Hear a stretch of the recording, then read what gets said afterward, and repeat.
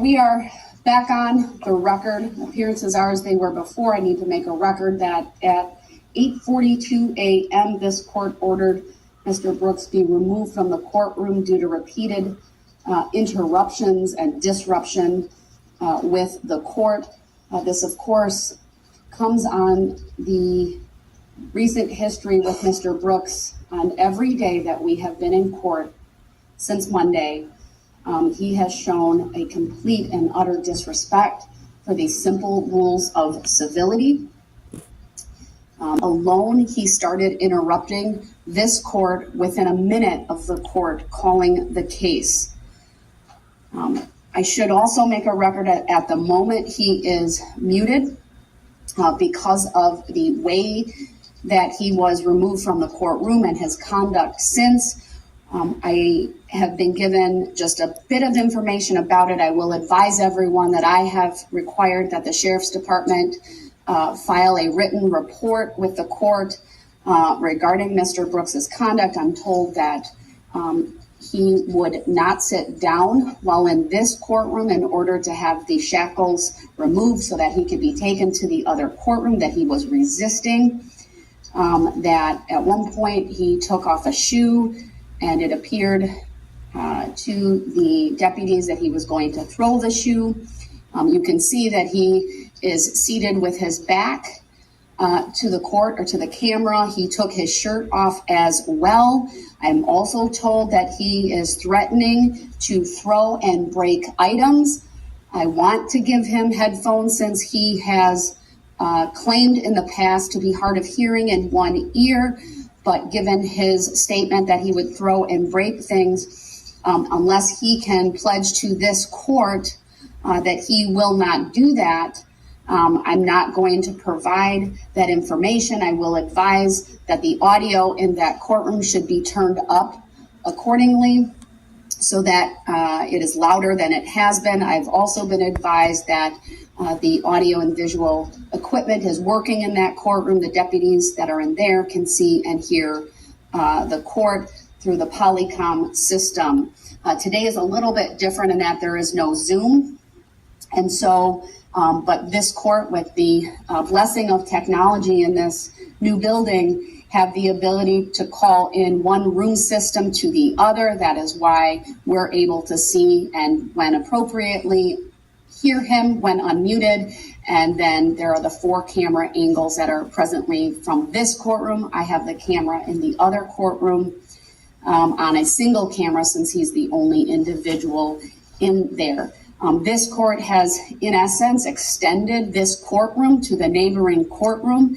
While there is ample evidence in the record, not only through the proceedings up to this point, but this morning alone, that through his conduct, he has forfeited his right to be present.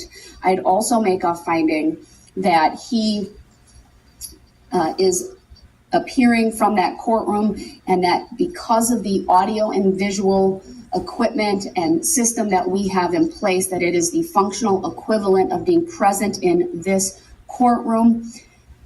This court has relied repeatedly on Illinois versus Allen. I've read portions of that case into the record. I don't intend to go through that at length here today, other than to indicate that trial judges that are confronted with disruptive, contemptuous, stubbornly defiant defendants must be given sufficient discretion to meet the circumstances of each case. No one formula exists for maintaining the appropriate courtroom atmosphere will be best in all situations. And in that case, there were at least 3 constitutionally permissible ways for a trial judge to handle a stubbornly defiant defendant, which this court would find Mr. Brooks squarely has become and has demonstrated over the course of these last few days. One option is to bind and gag him. I've already talked about at a previous hearing why I choose not to do that. Cite him for contempt. I choose not to do that either. The third is to take him out of the courtroom until he promises to conduct himself properly.